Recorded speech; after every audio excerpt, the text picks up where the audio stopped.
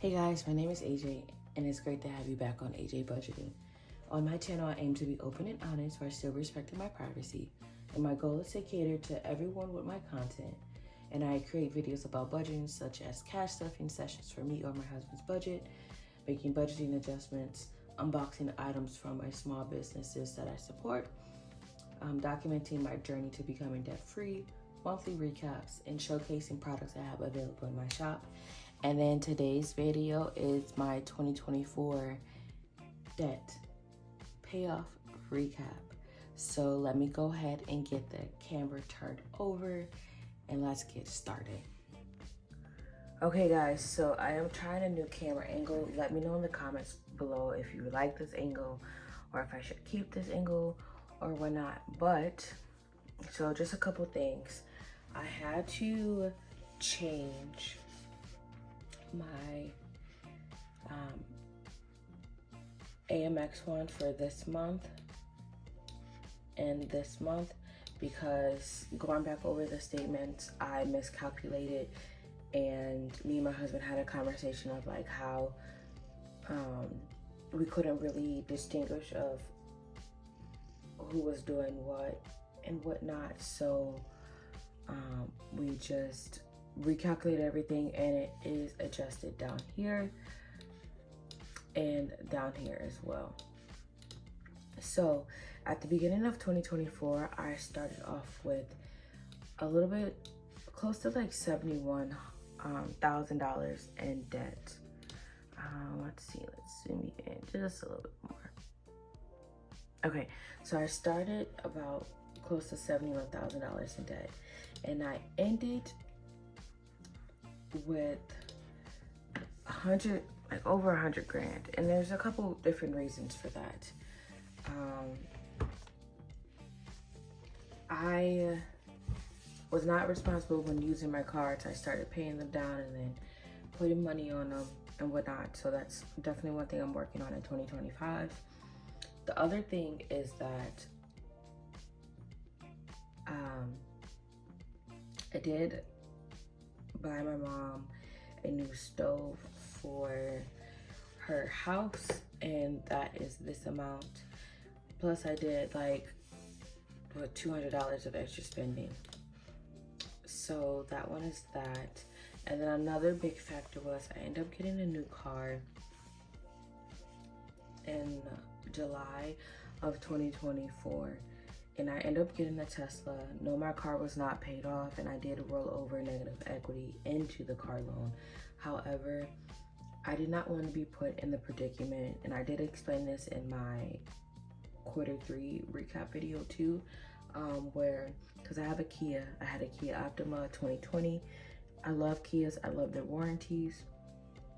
However, their warranties usually last until like 120,000 miles for the engine and transmission.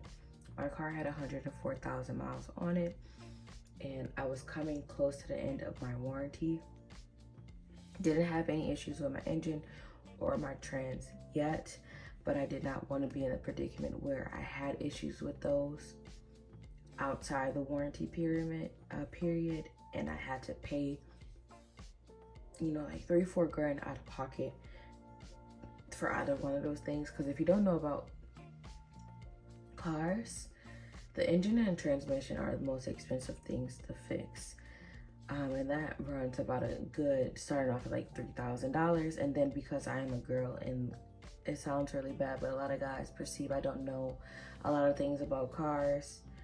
My dad did teach me a lot of things about cars. He tried to like either up the price or like include all these other things that I know my car doesn't need, like shocks, struts, bolts, wheel bearings and stuff like that, that I knew my car would have needed, did not need, I should say. And it's just something like I didn't want to deal with, because it's sad to say, but like there are still shops out there that does that, and it's, in my opinion, super annoying. So these are my final totals for my credit card debt from the beginning of the year to the end. So even though in the third quarter, I did add a total of $3,342.81. From the third quarter to the fourth quarter, I paid off a total of $1,928.34, which I can still say is good. I like seeing the differences in the months. So like some months are like heavy on the green, some months are really heavy on the red, which is okay because it gives me a visual of things that I need to work on and do better with. And honestly, like, this is why I went back to using my personal wallet with cash, because not only does it keep me in check, I find that I'm not really trying to spend all my cash at once because I'm trying to have it go longer and further. And then another thing is it prevents me from using credit cards. I don't have any of my cards on me at all. The only one that I do have on me is the Amex card, which is this one, but I don't even use that. My first nature for my card that I would use is any of the other ones and not this one. So I did end up down for the, what's it called? My credit card, which is good. Now for my car loan, I am doing my car payment hack. It is in my long-term savings book if you want to know about how to do that. And this is why the number is dropping so fast. My original loan was $55,000.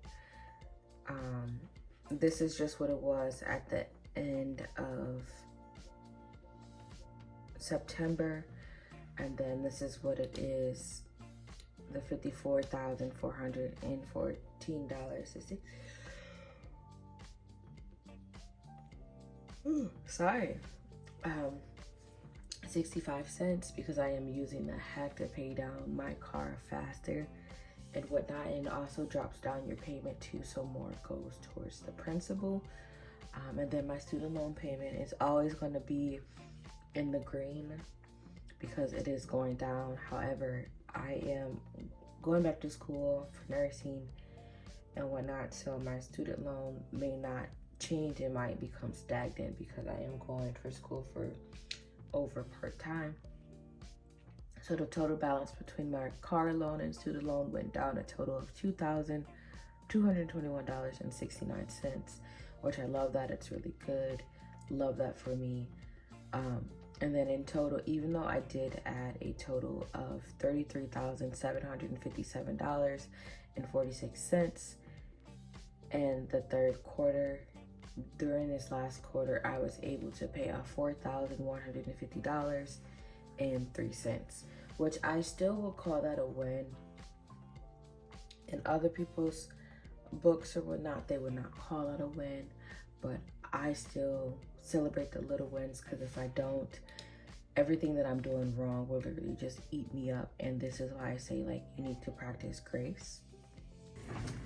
Okay, sorry about that. I do want to say, like, a really cool fun fact about Tesla. If you do get a Tesla and you need your tires rotated, they will come to your house and do it. I literally just got that done. That's so cool. You cannot do that at a dealership. And it literally took maybe 30-ish minutes, 35 minutes. A dealership could never, but that's neither here or there. But going into 2025, I hope and pray that it's going to be a lot different for my debt. I haven't posted my 2025 goals yet or anything like that, so just look for that in the next video. I'm still like brainstorming, but I know an idea of like the things that I want to do and things that I want to accomplish. And I know at the end of the day, and I got this confirmation from the Lord, is that I'm the person that's holding myself back because I'm not choosing to live in the present and see my future and how good it's going to go, because I choose to let things from the past influence my life. And I'll be honest, like, I'm not doing that anymore. I can't, because if there's places that I want to go, there's things that I want to see, and if I'm going to be the person that's holding me back, I have a problem with that. So that's something that I'm definitely going to be changing coming up soon. But if you guys like this video, share with a friend. And I'm curious to see, like, have you guys, with your debt payoff goals, have you guys accomplished them? Have you fallen short like me? And if you did, that's okay. That's why in this year, even into 2025, we are practicing grace, because that's what we need to be leaning on to. Because if we don't practice that and we beat ourselves up about it, we will be deterred, and that's not a good thing. But as always, guys, happy savings.